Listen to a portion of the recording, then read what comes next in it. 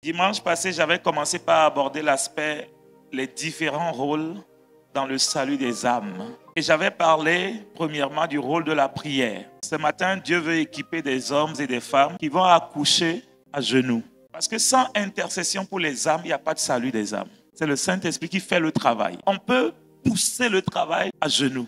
On peut téléguider le surnaturel des gens depuis la prière. La vérité, c'est que beaucoup d'entre vous ici, vous êtes venus à Christ à cause de la prière d'autres personnes. Alors qu'avant, vous juriez que cette expérience-là, vous ne le feriez pas. Il y a eu quelqu'un derrière qui a prié. Il a gémi.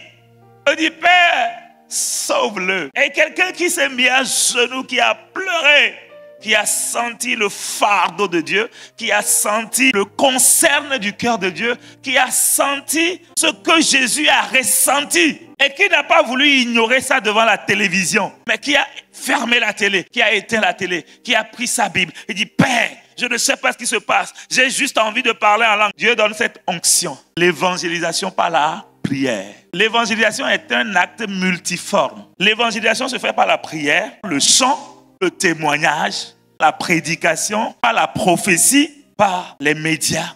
Je ne sais pas quelle est ta spécificité dedans.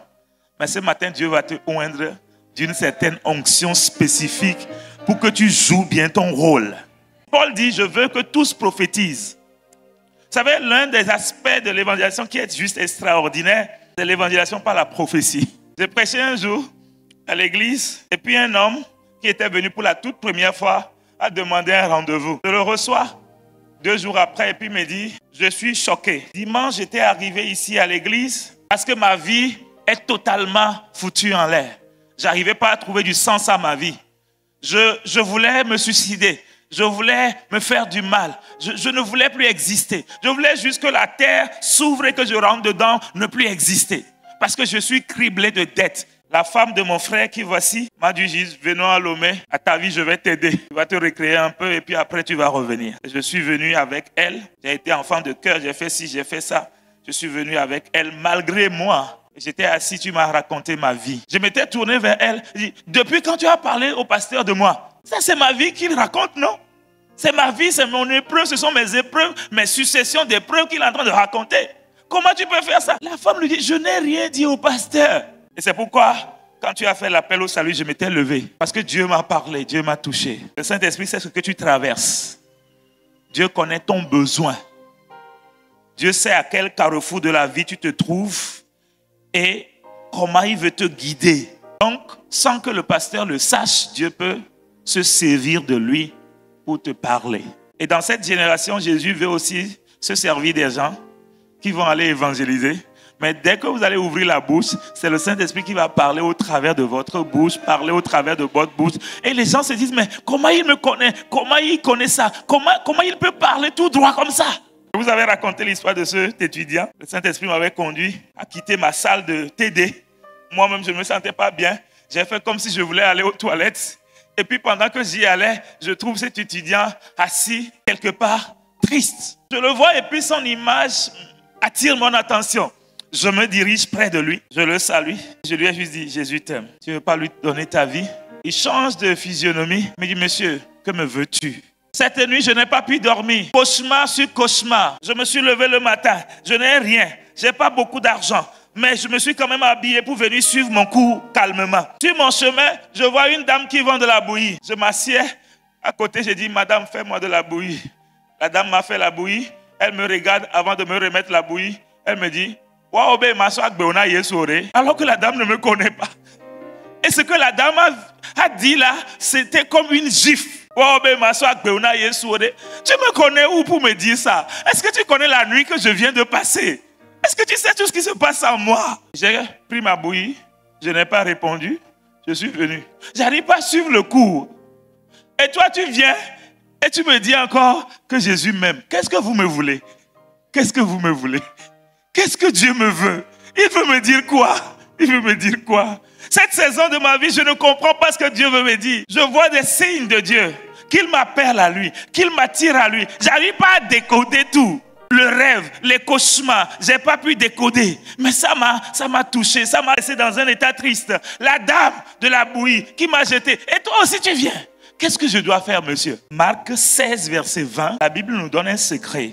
Lorsque nous sortons pour évangéliser, ce qui se produit, la Bible nous donne le secret. La Bible dit que, et il s'en allait prêcher partout. Le Seigneur faisait quoi? Le Seigneur travaillait. Dans l'évangélisation, c'est le Seigneur qui travaille avec les gens qui sont sortis. Quand vous sortez, c'est le Saint-Esprit même qui vient travailler avec vous. Il a conditionné déjà les choses, il a préparé les cœurs, il a disposé les choses et il va travailler avec vous. Petit Timothée nous racontait que lui il sort, là-bas il rencontre un jeune au carrefour. Il s'appelle Ousmane, origine musulmane. Ousmane, bonjour, est-ce que tu sais que Jésus t'aime? Il dit tout ce qu'il disait. Ousmane disait oui, je suis d'accord.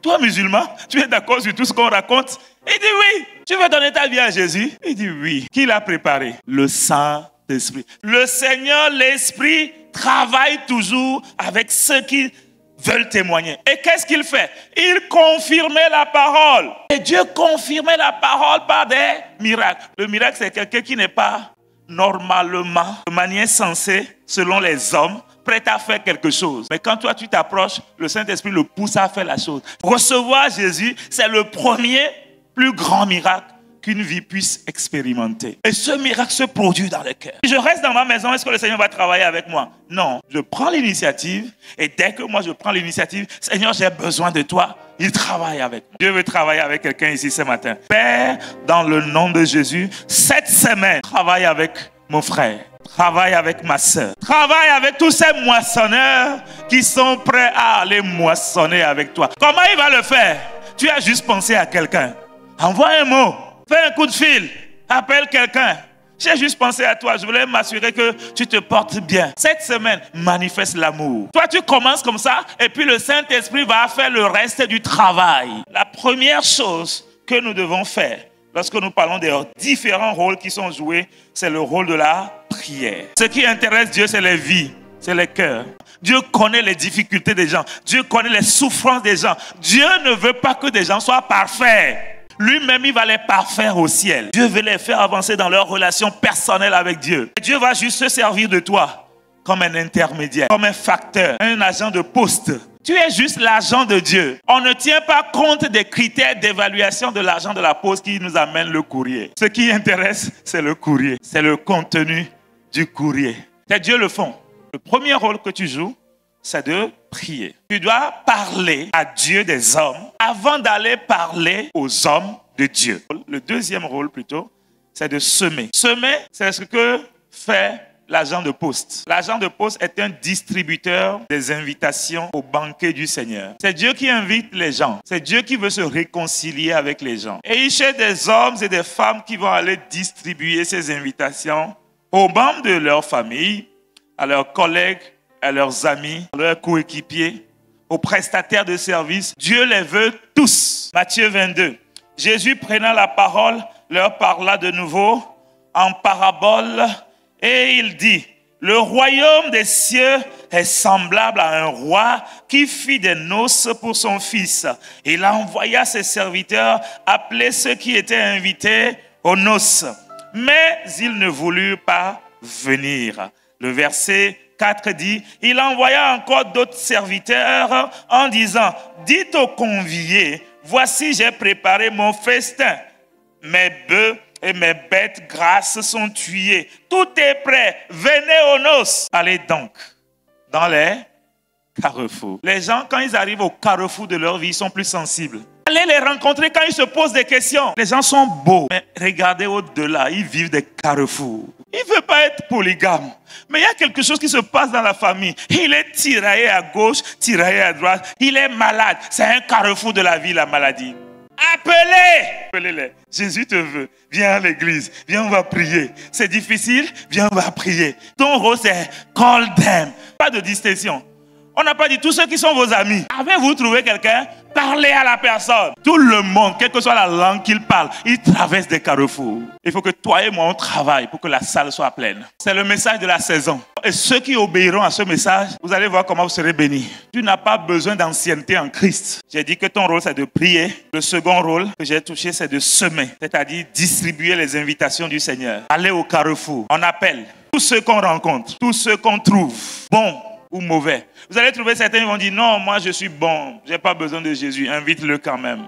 Vous allez trouver quelqu'un qui va dire, non, moi je ne suis même pas digne. Ma vie actuellement, je ne peux pas m'approcher de Dieu. Nous prions et nous semons, nous distribuons. Dès le matin, sème. Le soir, ne laisse pas reposer ta main. Qui est prêt à faire les deux là? Prier, mais aussi distribuer. C'est les deux qu'on a vus aujourd'hui.